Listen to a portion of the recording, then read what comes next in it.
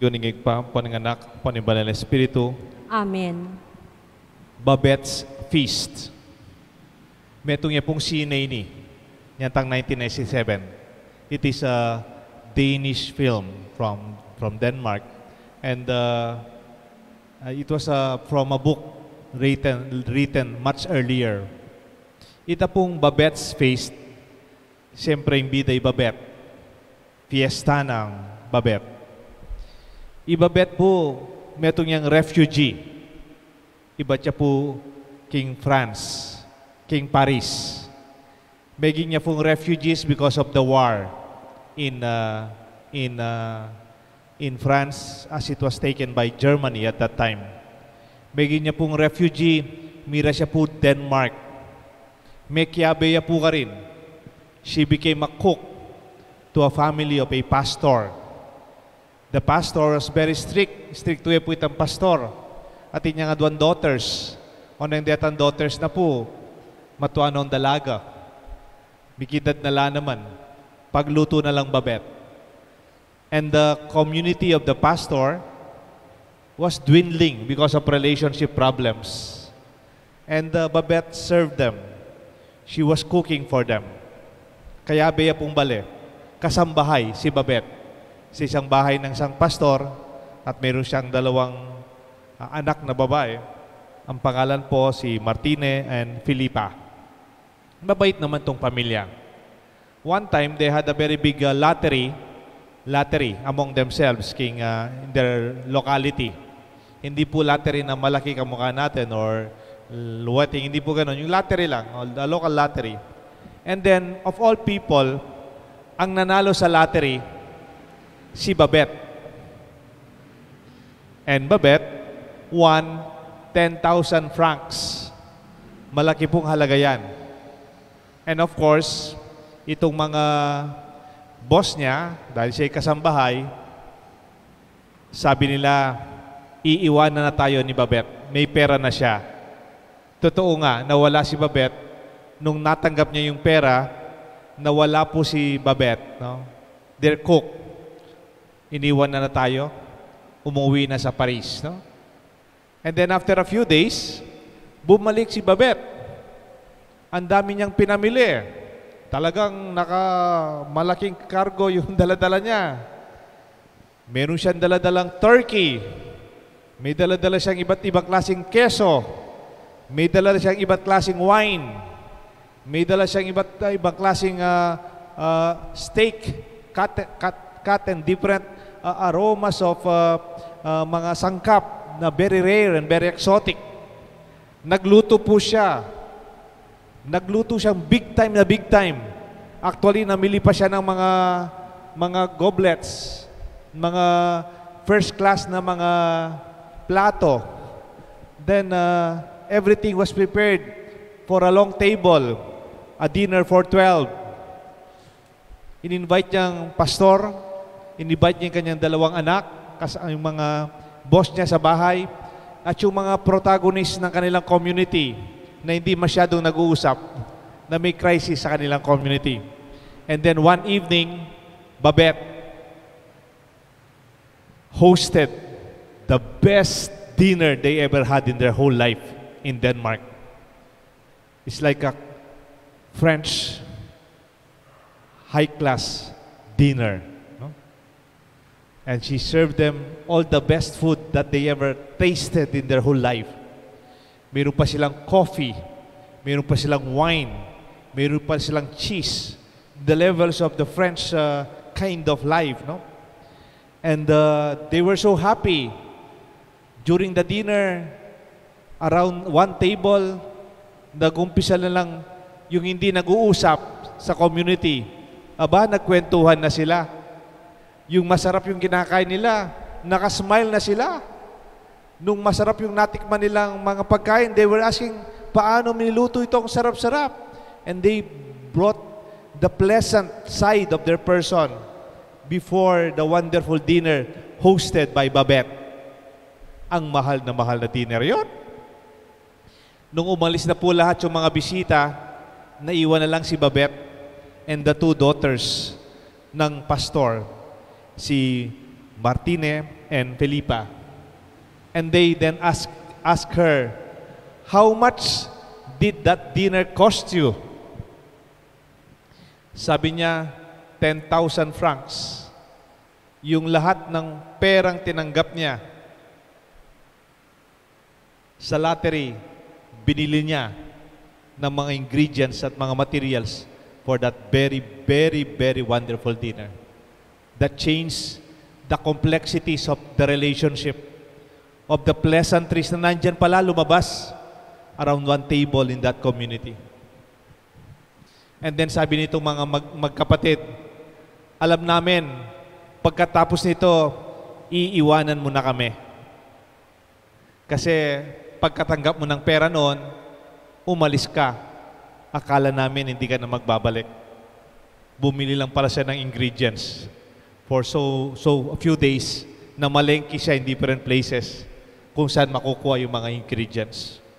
And then sabi nitong magkapatid, they were concerned, 10,000 francs yung nakuha niya sa lottery.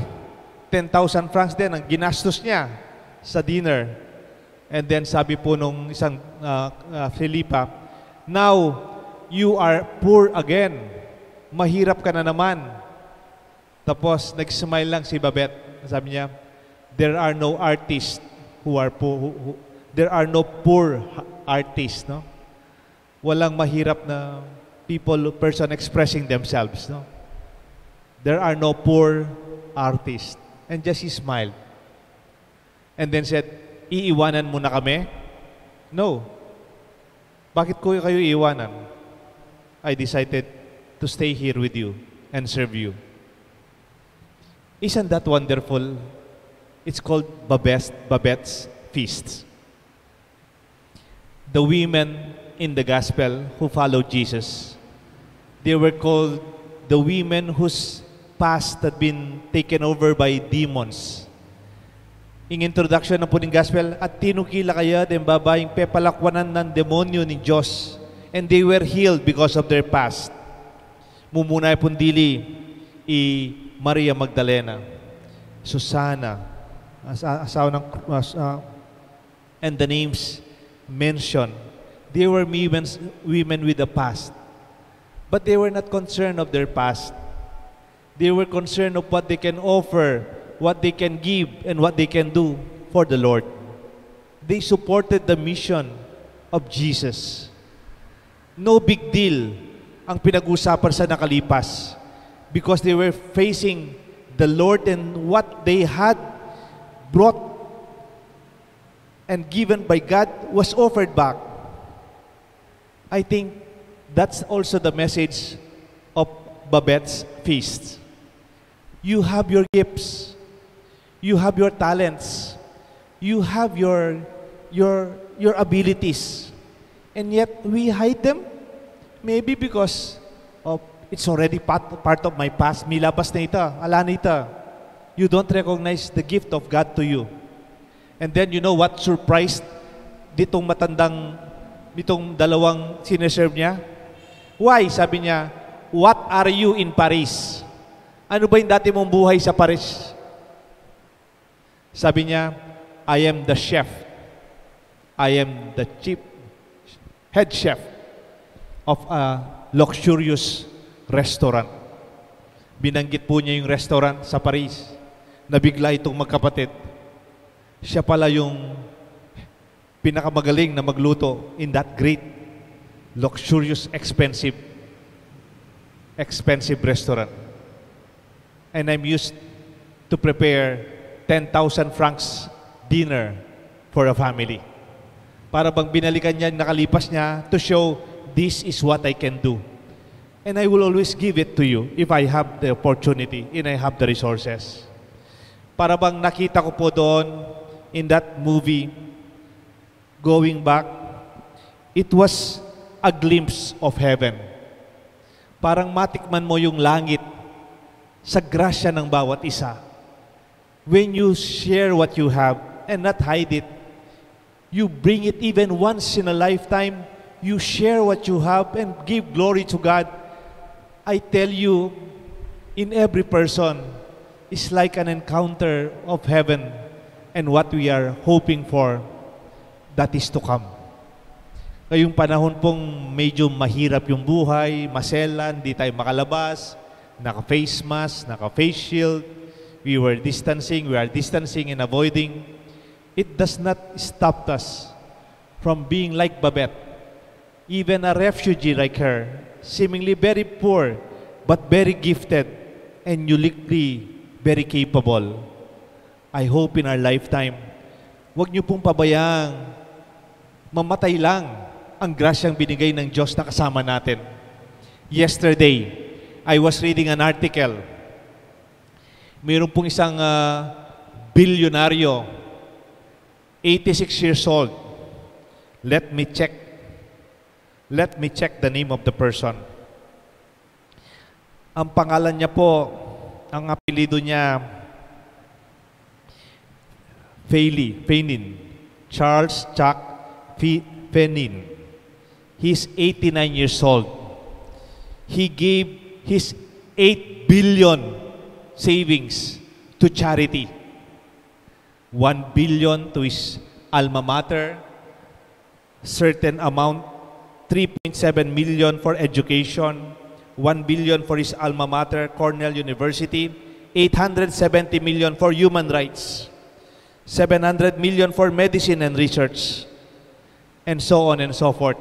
Alam niyo po magkano yung tinira niya sa kanya at mag-asawa? $2 million.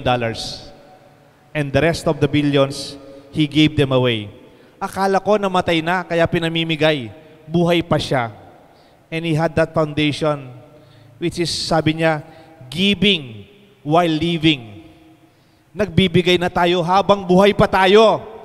Huwag na natin hintayin yung pamana mo, pagpatay ka na, doon na lang binibigay. And you are no longer there to witness the grace of God given to us. I'm not saying you have to be a billionaire. I'm not saying you have to be rich or as talented as Babette, the finest chef in Paris. But in one way or another, in our small communities, in our family, you have what it takes to give joy, happiness, and an experience of love to people in whatever we have.